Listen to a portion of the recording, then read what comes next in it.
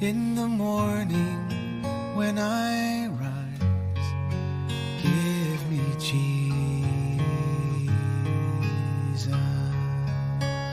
Good morning.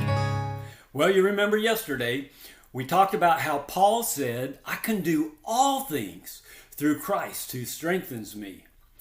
And that's a familiar verse. We've heard it in many contexts, but Paul was talking about it doesn't matter what my circumstances are, whether I have plenty or whether I have needs, it doesn't matter because Christ is the supplier of my needs. In Him, I thrive regardless of my circumstances. Well, what he's talking about here, he had that conversation because you'll remember in verse 10, he said, I rejoice in the Lord greatly that now at last you have revived your concern for me. And what he's talking about is a financial concern because Epaphroditus, who Paul sent to the church in Philippi, when Epaphroditus came back to Paul, he brought with him a gift from the people from the church. And so, now starting in verse 14, you have done well to share with me in my affliction.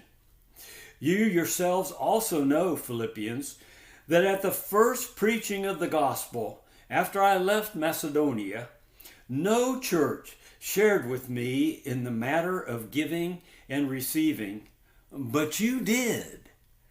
For even in Thessalonica, you sent a gift more than once for my needs. Not that I seek the gift itself. Okay, are you listening? But I seek for the profit which increases to your account.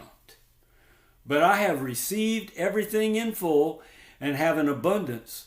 I am amply supplied, having received from Epaphroditus what you have sent, a fragrant aroma, an acceptable sacrifice, well-pleasing to God.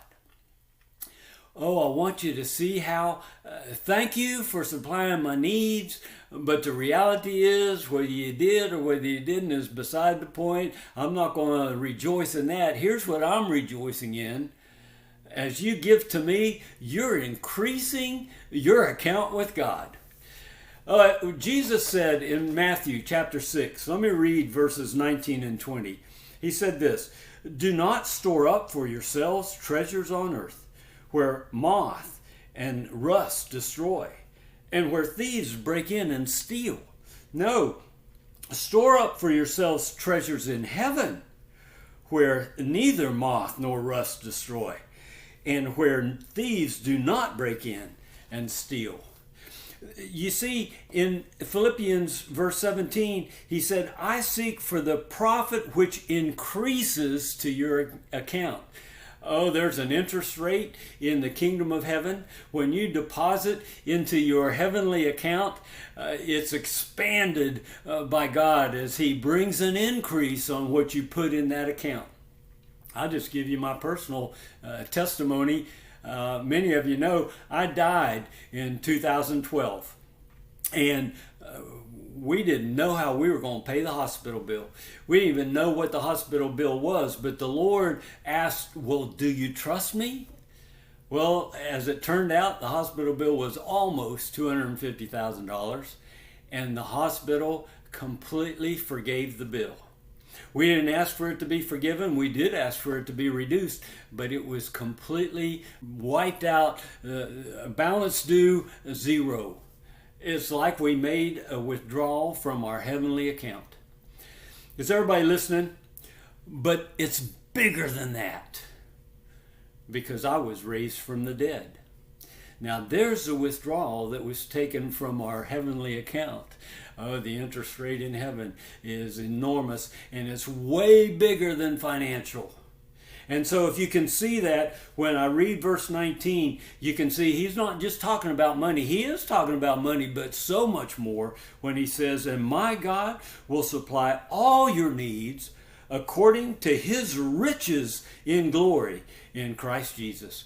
What do you need? Do you need peace? He's got it for you. Do you need joy? He's got it for you. Do you need life? Do you need healing? What do you need that you would be whole even in this place? That's what God has for you, and that's what Paul wants you to receive from the Lord.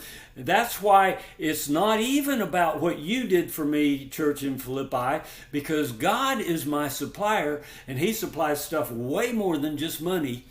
Oh, behold, the reality of our needs are not just financial needs. Absolutely, financial needs. When you walk the walk that God has for you, He meets your financial needs too. But our needs are much greater than that in this realm, because the enemy throws all kinds of fear and doubt and struggles our way. But we rise above them. We walk in victory over them when we walk with the Lord. Absolutely, we can do all things through Christ who strengthens us, and He will supply all of our needs according to His riches in Christ Jesus. Behold that today, and we'll finish up Philippians tomorrow. God bless you. Give me Jesus. Give me Jesus.